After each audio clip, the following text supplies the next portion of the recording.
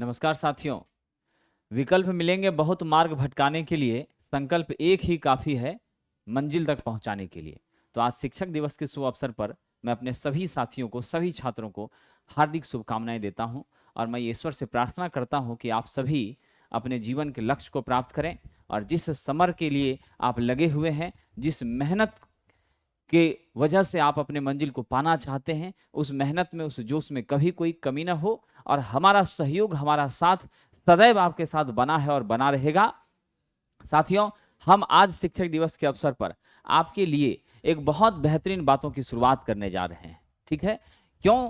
क्योंकि खास करके हमारे जो इलेक्ट्रीशियन और वायरमैन ट्रेड के हमारे साथी हैं, विशेष रूप से ध्यान देंगे। इलेक्ट्रीशियन और वायरमैन ट्रेड के हमारे जो मित्र हैं, उनके लिए यह बहुत ही जबरदस्त होने वाला है, क्योंकि नाम भी इसका है साथियों, ब्रह्मास्त्र टेस्ट। और अभी जो है, अभी आप देख रहे हैं डीआरडीओ की वैकेंसी आ चुकी है, 3 तारीख से फॉर्म भरना शुरू हो चुका है। फिर आपका सेल है, गेल है, फिर बिहार इलेक्ट्रिसिटी बोर्ड की वैकेंसी के बारे में हमारे बहुत मित्र पूछा करते हैं। तो ये वैकेंसी का रोस्टर बनकर तैयार है साथियों। ठीक है? अब सरकार ने 2 बार टेंडर कैंसिल करी है। अब सरकार की मंशा पर है कि ये कब वैकेंसी निकालती है। इतना आप श्योर हो जाइए कि वैकेंसी तो होनी ही होनी है, पोस्ट निश्चित रूप से खाली हैं और जो रोस्टर है उसके हिसाब से भी सीटें भी फाइनलाइज हो गई हैं। अभी सोशल मीडिया पर कितनी सीटें हैं ये बोल पाना थोड़ा कठिन है, लेकिन आप ये मानकर चलिए 2400 से कम हमारे आईटीआई मित्रों के लिए वैकेंसी नहीं आने जा रही है। 400 साढ़े 400 के आसपास जरूर जूनियर इंजीनियर की वैकेंसी की संभावना बनती है। फिर असिस्टेंट इंजीनियर को गेट के माध्यम से भी यहां पर लेना है। उसके बाद साथियों, इसरो की वैकेंसी रेगुलर बेस पे आती रहती है। फिर आपका ऑर्डिनेंस फैक्ट्री है, भेल है, टेक्नीशियन रेलवे में है, आईटीआई इंस्ट्रक्टर का 10,000 के आसपास पद यहां पर पेंडिंग में है, उसकी भी वैकेंसी जरूर आएगी। जितने भी आपके पीएसयूज हैं, ऐसे भी कई बार हम आपके बीच इन बातों की चर्चा किए हैं, क्योंकि अब थोड़ी देर के लिए ही सही, चुनावी ही सही, लेकिन अगर चुनावी ही वैकेंसी आएगी तो निश्चित रूप से वैकेंसी आएगी और आपको अब वक्त बर्बाद नहीं करना है, अपनी पढ़ाई के लिए लग जाना है। आप यहां देख रहे होंगे ब्रह्मास्त्र टेस्ट। जरा सा देखते हैं ये ब्रह्मास्त्र टेस्ट है क्या। ठीक है? और इस टेस्ट में आपको क्या करना होगा। साथियों, जो हमारा ब्रह्मास्त्र टेस्ट है वो मुख्य रूप से इलेक्ट्रीशियन और वायरमैन के हमारे मित्रों के लिए है। और इलेक्ट्रीशियन और वायरमैन के हमारे जो साथी हैं, उनको जिन्होंने कभी क्लासेस नहीं की है या जो पहले से पढ़ चुके हैं, प्रैक्टिस बहुत महत्वपूर्ण है। आप जानते हैं असिस्टेंट लोको पायलट में स्टेज 2 में निश्चित रूप से साथियों आपका 75 मार्क्स का ट्रेड पूछता है। ठीक है? और आपके इलेक्ट्रीशियन हो, वायरमैन हो, इलेक्ट्रिकल इंजीनियरिंग से बीटेक हो, डिप्लोमा हो, ठीक है, ये सारे साथी यहां पर योग्य होते हैं। डिप्लोमा भी, बीटेक भी, आईटीआई भी, तीनों योग्य होते हैं। और तीनों छात्रों को इलेक्ट्रीशियन ग्रुप में सेम सिलेबस पूछता है जो आईटीआई इलेक्ट्रीशियन का होता है। हम जल्द ही सिलेबस पर भी एक वीडियो आप लोगों के बीच देंगे। अब यहां मुख्य बात यह है कि आप सभी लोगों को यह ध्यान रखना है, ऐसा नहीं कि डिप्लोमा के छात्रों को इंजीनियरिंग का सब्जेक्ट पूछा जाएगा। जेई की एग्जामिनेशन होगी तो उसमें इंजीनियरिंग का पूछा जाएगा, लेकिन जो आपका असिस्टेंट लोको पायलट का एग्जाम होगा उसमें आपको आईटीआई इलेक्ट्रीशियन के ट्रेड से ही प्रश्न पूछे जाएंगे। ठीक है? तो आप यहां पे देखिए, वाइंडर ट्रेड के भी हमारे साथी हैं, उन सभी लोगों को भी आपको इलेक्ट्रीशियन से ही क्वेश्चन पूछा जाएगा। तो अल्टीमेटली जो इलेक्ट्रीशियन ट्रेड है उसमें स्कोर करना बहुत आवश्यक है। और आप जानते हैं कि वैकेंसी जब आती है तो 6 महीने 7 महीने में लगभग एग्जाम हो जाया करती है। अभी तो कोविड था, इस वजह से लंबा गैप लगा। जैसे एग्जाम्पल के तौर पे एसएससी जेई देखिए, पिछले साल नहीं आया, लेकिन इस बार जो एसएससी जेई आई है तो 2 तारीख लास्ट डेट फॉर्म भरने का था और इसने 2 तारीख को ही डेट अनाउंस कर दिया कि आपका 14 से 16 नवंबर में एग्जाम होना है। अभी की स्थितियां जो हैं, क्या है कि सरकार के ऊपर भी दबाव है, चाहे वो केंद्र हो या राज्य हो, दोनों को साबित करना है कि हम रोजगार देते हैं और आप रेगुलर घोषणाएं सुन रहे हैं। तो चलिए, उन घोषणाओं पे भी हम विश्वास नहीं करते हैं, लेकिन इतना तो मानते हैं कि चुनाव होगी और चुनाव होगी तो जनता को प्रलोभित करने के लिए कुछ न कुछ तो उपाय किए जाएंगे। वो उपाय हमारी नाराजगी को दूर करने का है, जॉब। लेकिन ये जॉब की वैकेंसी यानी कि रिक्रूटमेंट जब आती है तो हमें तैयार तो होना पड़ेगा। और तैयारी, ये सिलेबस आप देखते हैं कितना लंबा चौड़ा होता है। 10 दिन या 1 महीने या 3 महीने में संभव नहीं होता है। हमें बेसिक से पढ़ना होगा। खास करके हमारे ग्रुप डी के मित्रों के लिए अब तो ये कंफर्म हो जाइए कि आप ग्रुप डी में आईटीआई कंपलसरी किया जा रहा है और आपको आने वाले समय में ट्रेड से भी क्वेश्चन पूछे जाएंगे, इसलिए ट्रेड हमारे लिए बड़ा महत्वपूर्ण है।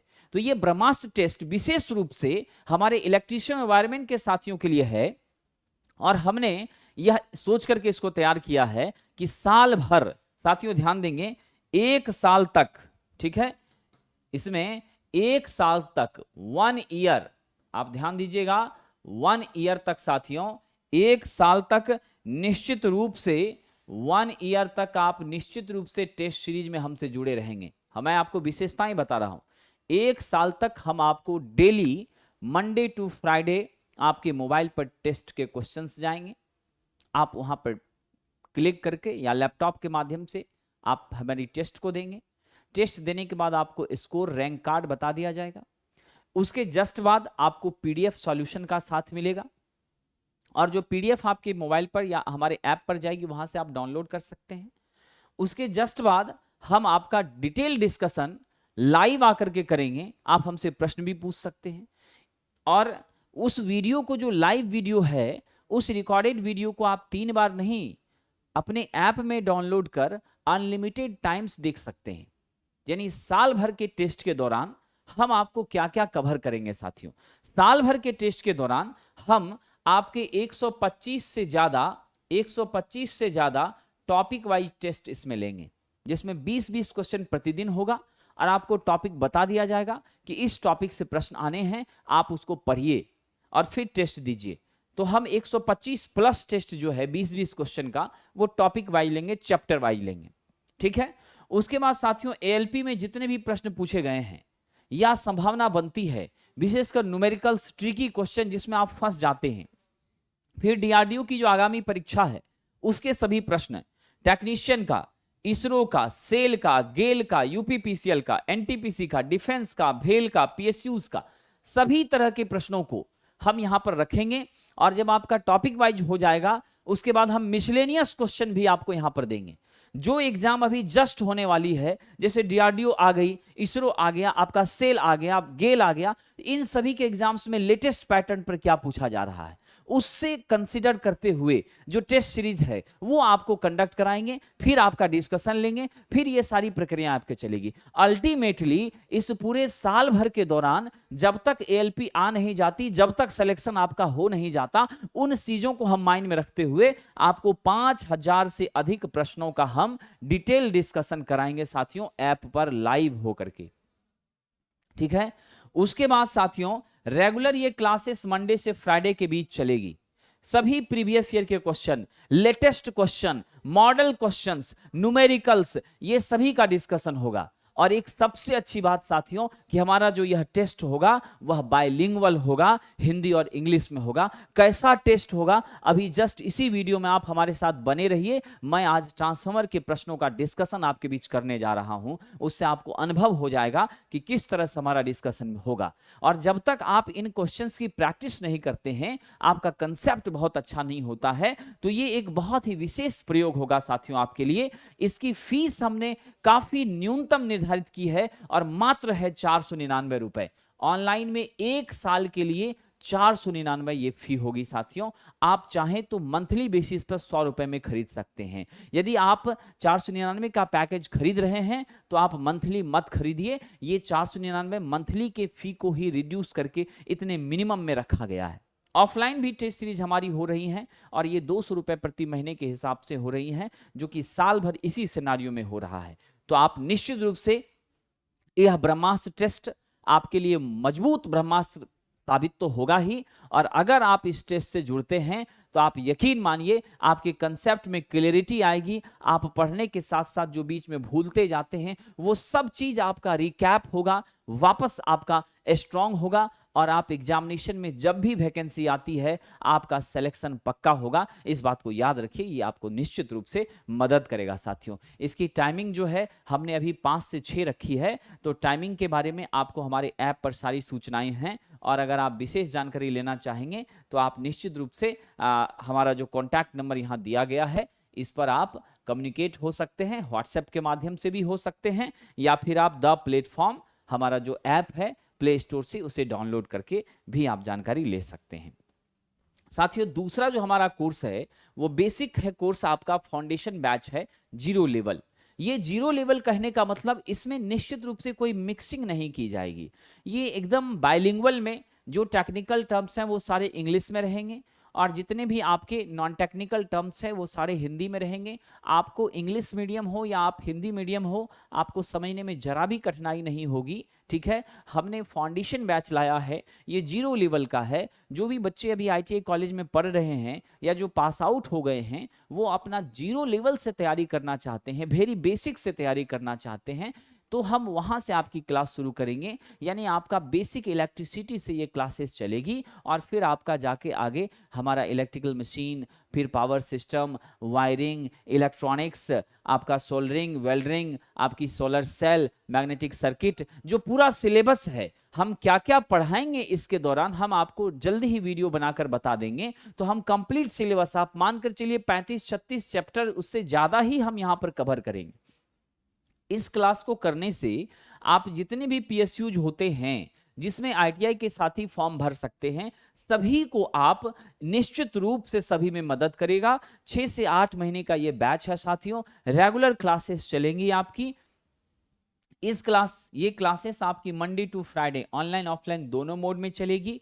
ट्रेड थ्योरी तो हम डिटेल में बताएंगे, सभी फॉर्मूला और उससे रिलेटेड क्वेश्चन वहीं पर बताएंगे। जो चैप्टर वाइज प्रीवियस स्ट्रॉन्गेस्ट बढ़िया क्वेश्चन है सब उसी क्लास में आपको कराएंगे, ऐसा नहीं कि अलग से कराएंगे। उसके बाद साथियों स्टडी मटेरियल आपको दिया जाएगा, पीडीएफ दिया जाएगा। हमारी बुक भी बहुत जल्दी आ रही है, विद इन अ वीक आपके मार्केट में बुक आ जाएगी। और आपको बाइलिंगुअल साथियों हिंदी व अंग्रेजी दोनों माध्यम में, हिंदी व अंग्रेजी दोनों माध्यम में आपकी ये क्लासेस ऑर्गेनाइज होगी। इसलिए बहुत सारे साथी इंग्लिश के लिए पूछा करते हैं, तो उनको भी मैं बता दूं कि आप बेहिचक हमारे 13 सितंबर वाले बैच से जुड़ सकते हैं। ठीक है, और एक बैच हमारा है साथियों वह स्पेशली डेडिकेटेड टू एएलपी है।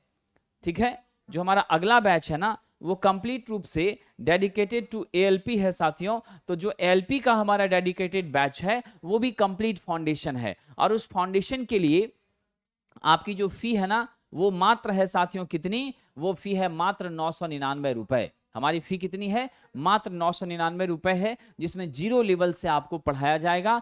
आप द प्लेटफॉर्म ऐप डाउनलोड करके ऑनलाइन हमसे जुड़ सकते हैं और ऑफलाइन में भी हमारी क्लासेस प्लेटफॉर्म इंस्टीट्यूट पटना में आकर कर सकते हैं। ऑफलाइन में हमारी फी 3550 यानी 3550 है। चलिए अब हम बात करते हैं, ये तो कोर्स का डिटेल हो गया जो हम आपके लिए लेकर आ रहे हैं साथियों। बहुत सारे मित्र डीआरडीओ के टेस्ट सीरीज के बारे में पूछते हैं, तो वह डीआरडीओ का टेस्ट सीरीज भी हम बहुत जल्द आपके बीच ला रहे हैं। ठीक है, तो आप निश्चित रूप से हमसे जुड़िए और अपने कैरियर को निश्चित बनाइए। ऐसा है ना कि निश्चित आपको लगेगा कि सर तो अभी इतना जल्दी शुरू कर दिए, अभी तो वैकेंसी आई नहीं। जब वैकेंसी आ जाती है तो आपके पास नॉन टेक पढ़ने का प्रेशर होता है, टेक पढ़ने का प्रेशर होता है, दबाव रहता है। ऐसे में आपका बहुत स्ट्रांग कैपेबिलिटी के साथ आप लग नहीं पाते हैं। इसलिए अभी वो महत्वपूर्ण समय है जिसमें एक एक पल का यूज करके आप बेसिक से ट्रेड को मजबूत करिए। ठीक है, स्किल टेस्ट के लिए भी हम आपको बताएंगे। आप लोगों को प्रैक्टिकल ट्रेनिंग के वास्ते हम ग्रिड में या फिर डिफरेंट पावर प्लांट्स वगैरह में, इन सभी जगहों पर भी हम ले जाने का प्रयास करेंगे, जहां जाकर आपकी प्रैक्टिकल कंसेप्ट जो है वो मजबूत हो जाए। और क्लासेस जो होंगी वो भी हम प्रैक्टिकल से जुड़ी चीज़ों को जरूर आपके बीच एक्सप्लेन करेंगे। इंपॉर्टेंट फैक्ट्स वगैरह प्रैक्टिकली हम आपके बीच रखेंगे। तो निश्चित रूप से साथियों ये आपके लिए बहुत बेहतरीन ऑप्शन है जिसके साथ आप क्या कर सकते हैं, जुड़ सकते हैं और अपना बेहतरीन प्रदर्शन जो है साथियों दे सकते हैं। ठीक है, तो आइए आज हम बात करेंगे आपके बीच, अब हम बात करेंगे साथियों हमारे आज का जो टॉपिक है उस पर। आज जो हम आपके बीच चर्चा करने वाले हैं वो हमारा ट्रांसफार्मर। ठीक है, ब्रह्मास्त्र टेस्ट में इलेक्ट्रीशियन और वायरमैन के साथियों के लिए ये ट्रांसफार्मर कैसे यह टेस्ट आयोजित होता है, प्रश्न कैसे रहते हैं, ठीक है, और आपको इससे कितना फायदा मिलेगा, ये सब पर हम आज चर्चा करेंगे। ठीक है, तो आइए साथियों हम देखते हैं। सबसे पहला हमारा है प्रश्न। आप देखिए यहाँ पर जो प्रश्न है वो इंग्लिश और हिंदी दोनों में है, बाइलिंगुअल में प्रश्न रहेगा और सारा जो आपका डिस्कशन होगा डिजिटल बोर्ड से होगा और स्लाइड के माध्यम से पिक्चर, एनिमेशन, ये सारी चीजें आपके बीच रखी जाएंगी। साथियों हमारा पहला प्रश्न है, which of the following which one of the winding does not belong to concentric winding of transformer? कौन सा वाइंडिंग कॉन्सेंट्रिक नहीं होता है? कॉन्सेंट्रिक का सीधा अर्थ होता है एक बार शुरू किया और फिर हम ऐसे लपेटते गए, वाइंडिंग को इंस्टॉल करते गए, फिर लास्ट छोड़िए वाला, ठीक है। यानी एक जगह से लपेटना चालू किया, होते होते होते होते फिर ये लास्ट, ठीक। तो ये आपकी कॉन्सेंट्रिक होती है। खास करके आप जान लीजिए कि हमारी जो कॉन्सेंट्रिक वाइंडिंग होती है इसका प्रयोग हम करते हैं कोर टाइप ट्रांसफार्मर में। और ट्रांसफार्मर जो हमारा होता है, आपको यहां पर जो तस्वीर मैं दिखा रहा हूं ये देख लीजिए, आपका ये कोर है। ये क्या कहलाता है? पूरा का पूरा ये आपका कोर कहलाता है, ठीक है। यही कोर चुंबकीय रास्ता देता है, मैग्नेटिक पाथ देता है। कैसा मैग्नेटिक पाथ देता है? लो रिलक्टेंस पाथ। यानी आपको प्रति स्टब, जिस तरह से इलेक्ट्रिकल सर्किट में रेसिस्टेंस होती है और यह रेसिस्टेंस क्या काम करती है, तो आपके करंट के प्रवाह को रोकती है, ठीक उसी तरह साथियों आपका यहां क्या है? रिलक्टेंस, जो फ्लक्स के प्रवाह को रोकता है। हम कभी भी नहीं चाहेंगे कि आपकी फ्लक्स कम यहां से फ्लो करे, हम हमेशा चाहेंगे कि मैक्सिमम से मैक्सिमम फ्लक्स एसोसिएट हो, इससे होकर पास करे। ये वाला जो हिस्सा है, ये वर्टिकल, ये ऊर्ध्वाधर जो हिस्सा है यहां पर, इसे हम लिम्ब कहते हैं साथियों। क्या कहते हैं? लिम्ब कहते हैं। और लिम्ब के ऊपर ही हम क्या करते हैं? वाइंडिंग को लपेटते हैं। जिस वाइंडिंग में सप्लाई दी जाती है, ठीक है, वो आपकी प्राइमरी वाइंडिंग होती है, पी से सूचित करते हैं। जिस वाइंडिंग से आप लोड को जोड़ते हैं, आउटपुट लेते हैं, उसे आप एस कहते हैं, सेकेंडरी कहते हैं, ठीक है। तो याद रखेंगे, वह वाइंडिंग जिसमें सप्लाई दी जाती है उसे प्राइमरी, वह वाइंडिंग जहां से आउटपुट लिया जाता है उसे सेकेंडरी कहते हैं। यह दोनों वाइंडिंग आपस में इलेक्ट्रिकली नहीं जुड़ा होता, दोनों के बीच कोई इलेक्ट्रिकल कनेक्शन नहीं होता, समझ गए। ये दोनों आपस में एक दूसरे से 180 डिग्री से शिफ्टेड होते हैं, एक इधर दूसरा उधर, दोनों अपोजिट फेज में होता है साथियों। इस दोनों के बीच प्रतिरोध कितना? अनंत होता है। कितना प्रतिरोध होता है? अनंत होता है। आपको याद रखना है, बहुत हाईलाइटेड प्रश्न है, the resistance between these two windings must be infinity because these windings are not directly connected electrically with each other। ये दोनों वैद्युतिक रूप से एक दूसरे से जुड़े नहीं होते हैं। These two windings are connected magnetically with each other। ये दोनों चुंबकीय रूप से आपस में एक दूसरे से जुड़ी होती हैं और चुंबकीय रूप से शक्ति का क्या होता है? पावर आपकी ट्रांसफर करती है। दैट मीन्स आप यूं समझें तो वोल्टेज आपका स्टेप अप स्टेप डाउन होता है, करंट आपका स्टेप अप स्टेप डाउन होता है। लेकिन एक बात याद रखिए, इसरो में प्रश्न पूछा था, अगर हम वोल्टेज सेकेंडरी का बढ़ा दें और प्राइमरी की करंट को हम घटा दें तो क्या होता है साथियों? सपोज टू बी दैट, अगर हमने वोल्टेज बढ़ाया वोल्टेज घटाया तो क्या फर्क पड़ता है? आपकी फ्रीक्वेंसी क्या हो जाएगी? फ्रीक्वेंसी पे कोई अंतर नहीं आएगा, फ्रीक्वेंसी हमेशा एक समान रहेगी, ठीक है। Frequency always remains constant in case of transformer. साथियों, तो हमारा जो मुख्य उद्देश्य है वो वाइंडिंग पे चर्चा करना था। तो हमारी वाइंडिंग जो इस पे इंस्टॉल करी जाती है तो वो प्राइमरी होगी, दूसरी सेकेंडरी होगी। अब ऐसी वाइंडिंग जिसको हमने कोर टाइप ट्रांसफार्मर में प्रयोग किया है, तो याद रखिए वो मुख्यतः क्या होती है? कॉन्सेंट्रिक वाइंडिंग होती है। और जितनी आपकी साथियों अल्टरनेटर है या फिर आपकी डीसी मोटर है या सिंगल फेज इंडक्शन या 3 फेज इंडक्शन मोटर है, तो जैसे रोटेटिंग मशीन आ गया तो सारे रोटेटिंग मशीन में हमारा क्या होता है? तो सारे रोटेटिंग मशीन में आपका डिस्ट्रीब्यूटेड वाइंडिंग होती है। सारी वाइंडिंग स्लॉट्स में खांचेदार संरचना में अलग अलग बटी रहती है, ठीक है। यहां पर कॉन्सेंट्रेट होती है, ओके। अब यहां पर ध्यान दीजिए कि हमारा जो ट्रांसफार्मर है, आपको तो मालूम है ना कैसे काम करता है? ट्रांसफार्मर म्यूचुअल इंडक्शन पर काम करता है। किस पर? ट्रांसफार्मर म्यूचुअल इंडक्शन प्रिंसिपल पर काम करता है साथियों, ठीक है। अब देखा जाए हेलिकल वाइंडिंग, आपका जो यहां पर एग्जांपल है हेलिकल वाइंडिंग का, क्रॉस ओवर का, सैंडविच का और डिस्क का, ठीक। तो आपको कहा गया है कि कौन सा आपके कॉन्सेंट्रिक वाइंडिंग का प्रकार नहीं है। तो साथियों ये देखिए डिस्क वाइंडिंग है, ये आपकी क्या है? निश्चित रूप से कॉन्सेंट्रिक वाइंडिंग ही है। ये क्या होती है? आपकी डिस्क वाइंडिंग, ये कॉन्सेंट्रिक वाइंडिंग होती है। ध्यान दीजिएगा, कैसी वाइंडिंग होती है?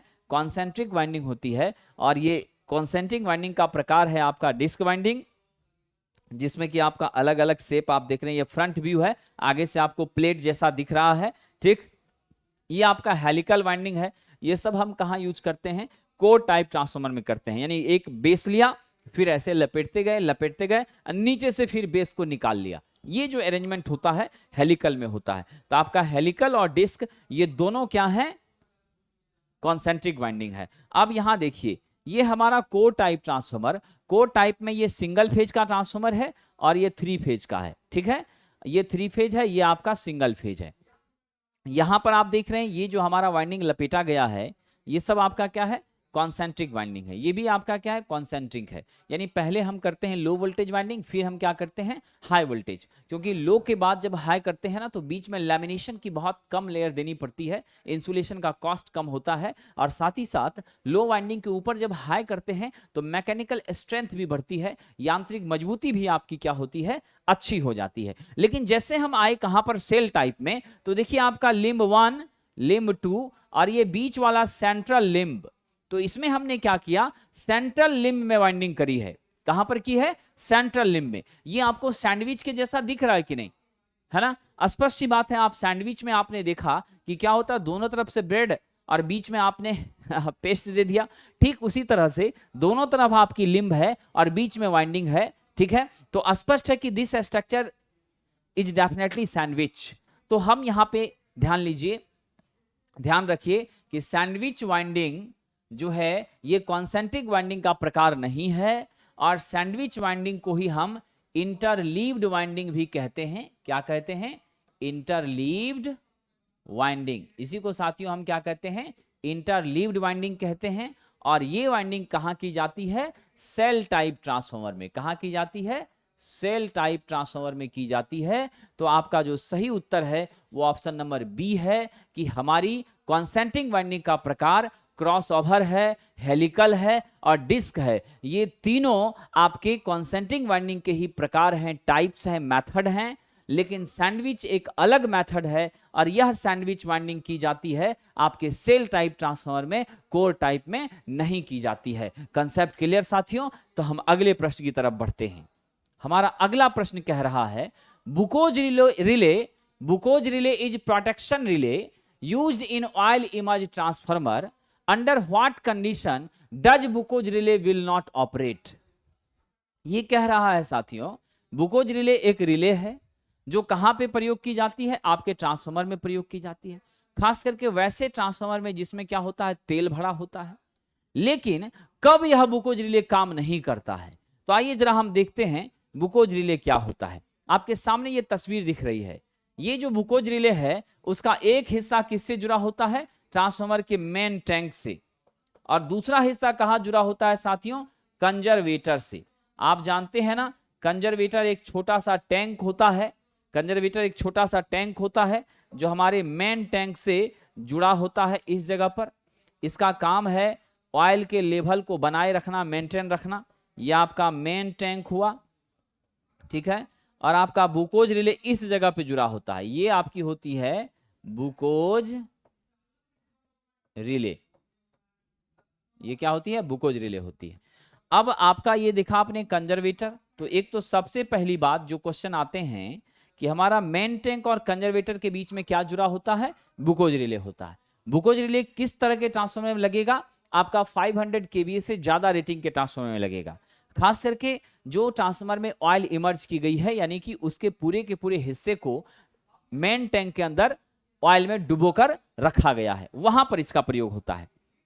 साथियों यहां ध्यान दीजिए कि एक तो यहां से कंफर्म हो गए कि ट्रांसफार्मर और मेन टैंक और कंजर्वेटर के बीच में बुकोज रिले। आखिर ये बुकोज रिले करता क्या है, बुकोज रिले इनसिपिएंट फॉल्ट से बचाता है, यानी जो आंतरिक फॉल्ट आती है उससे ट्रांसफार्मर को सुरक्षित रखता है। इसमें 2 स्विच होते हैं, ये देखिए हिंज एक हिंज, यानी कि आपका पहला ये mercury floating switch 1, mercury floating switch 2। जैसे ही आपकी क्या होती है, तेल गर्म होती है लॉसेस के कारण, तो गैस बनती है, और ये जो गैसेस हैं, गर्म हवाएं हैं, वो गैसेस आपकी कंजर्वेटर की तरफ मूव करती है आपके टैंक से निकलकर। क्योंकि आप जानते हैं हर खाली स्थान पे हवा होती है। जब इधर से आपका तेल गर्म होगा तो वो हवाएं, वो गैसेस भी गर्म होंगी, और गर्म होकर के किधर को जाएगी, आपके कंजर्वेटर में जाएगी। और जब कंजर्वेटर में जाने लगेगी तो बीच में है बुकोज रिले। अब बुकोज रिले से जब ये प्रेशर पड़ता है तो ये फ्लोटिंग स्विच ऊपर की ओर उठता है। जब ऊपर उठता है तो क्या होता है, अलार्म सर्किट से जुड़ा हुआ है, तो ये अलार्म पहले बजाता है।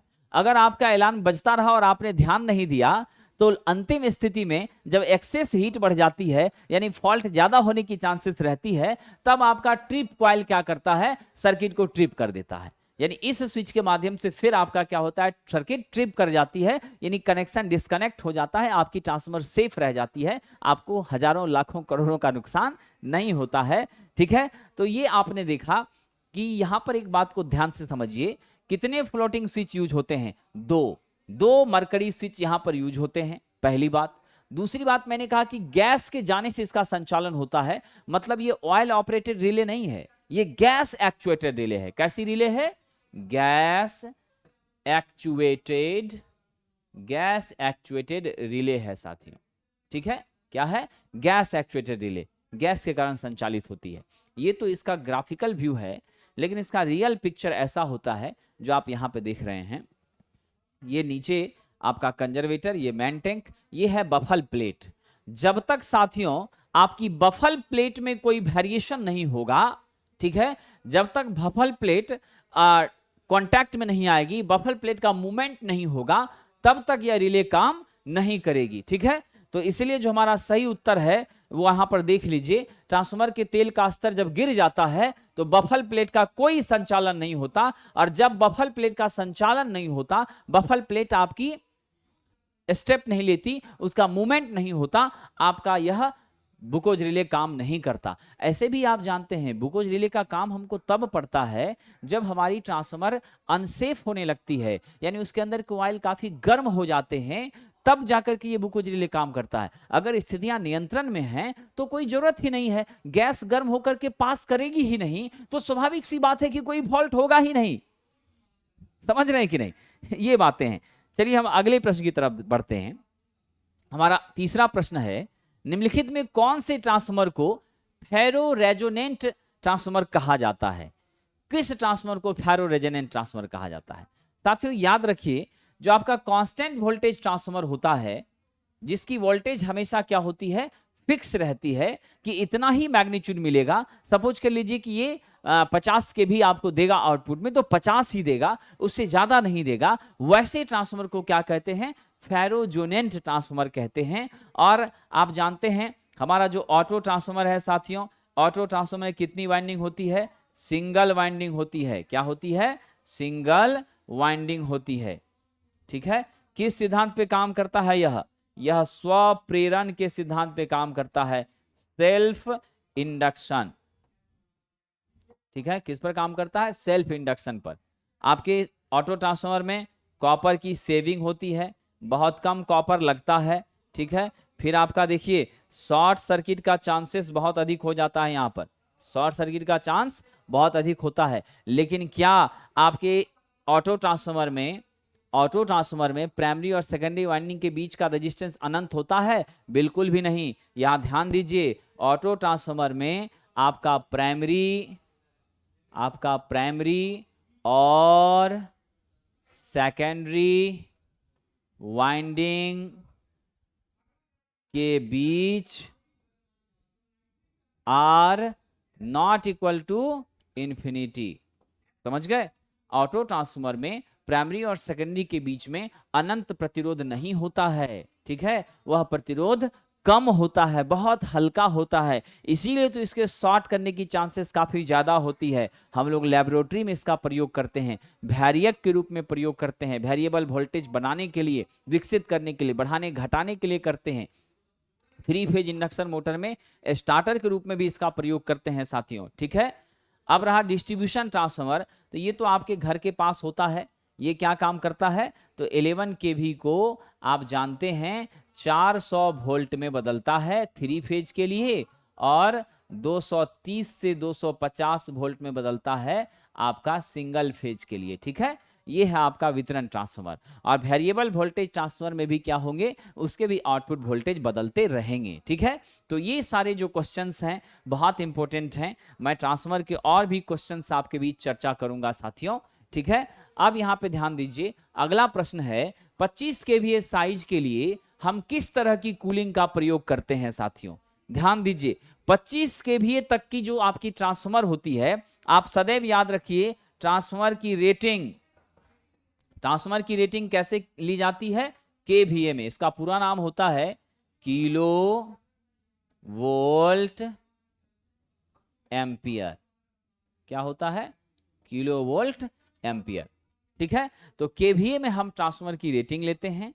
और आप याद रखेंगे कि हमारा जो ड्राई टाइप ट्रांसफार्मर है ये आपका 25 केवीए तक के लिए प्रयोग किया जाता है, यानी कि ड्राई टाइप ट्रांसफार्मर, यानी इसमें शुष्क हवा के माध्यम से, नेचुरल एयर के माध्यम से ही क्या होती है?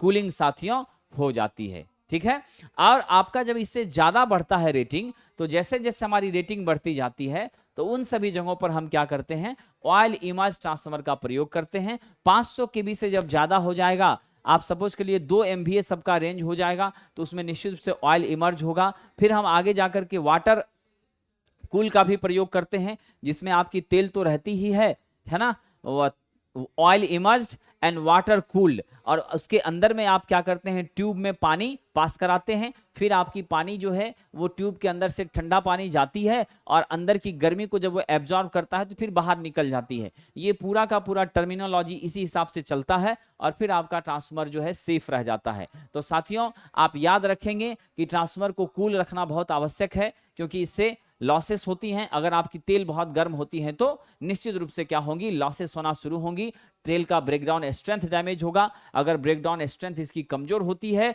तो आपका लेमिनेशन, इंसुलेशन वो कमजोर होगा। परिणाम ये होगा कि ट्रांसफार्मर डैमेज कर जाएगी। ठीक है, और आप याद रखें कि हम जो तेल प्रयोग करते हैं वो सिंथेटिक ऑयल होती है, पैराफिन ऑयल होती है, और मेनली हम पायरोक्लार नामक ऑयल का प्रयोग आजकल सर्वाधिक किया करते हैं।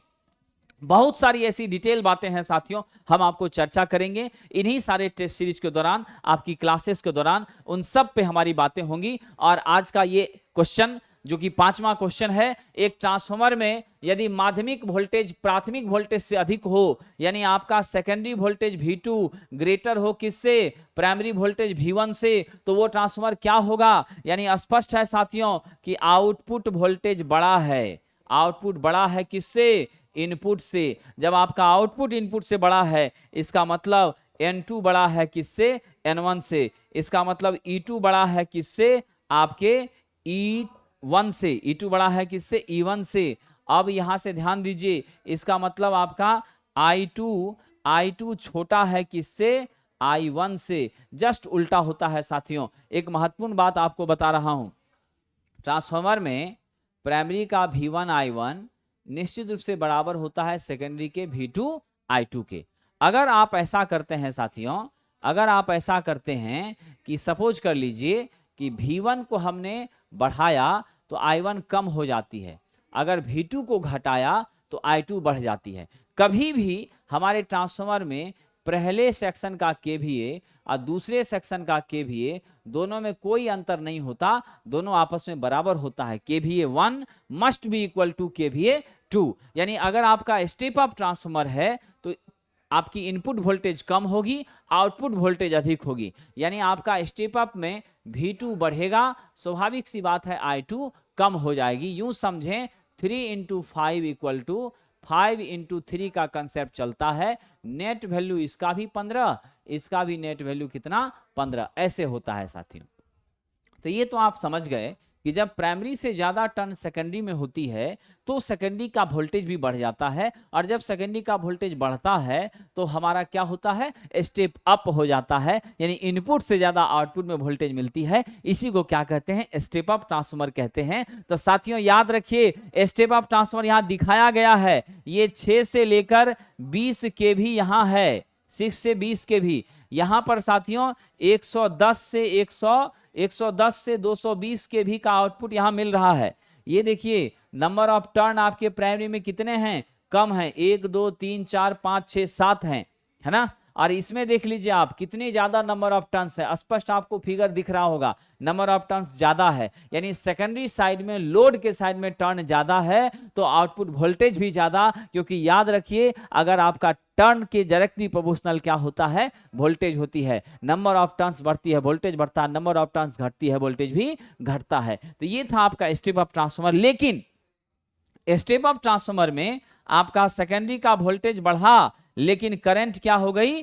कम हो गई। और प्राइमरी के केस में वोल्टेज आपका V1 कम हुआ लेकिन आपकी करंट I1 क्या हो गई, बढ़ गई। तो याद रखिएगा स्टेप अप ट्रांसफार्मर के दौरान सेकेंडरी साइड में वोल्टेज बढ़ता जरूर है लेकिन करंट कम हो जाती है, और प्राइमरी साइड में वोल्टेज घटता जरूर है लेकिन करंट बढ़ जाती है। दोनों स्थितियों में हमारा पहले का केवीए और दूसरे का केवीए दोनों हमेशा इक्वल होता है, बराबर होता है। ठीक है, अब जरा ऑप्शन पर आते हैं तो स्पष्ट हो गया कि ये ट्रांसफार्मर स्टेप डाउन ही स्टेप अप ही होगा। तो राइट आंसर आपका क्या है, ठीक है, स्टेप अप है। आइडियल ट्रांसफार्मर में क्या होता है, तो यहां पे 100% इसकी इफिशियंसी होती है। क्या होती है, 100% इफिशियंसी होती है।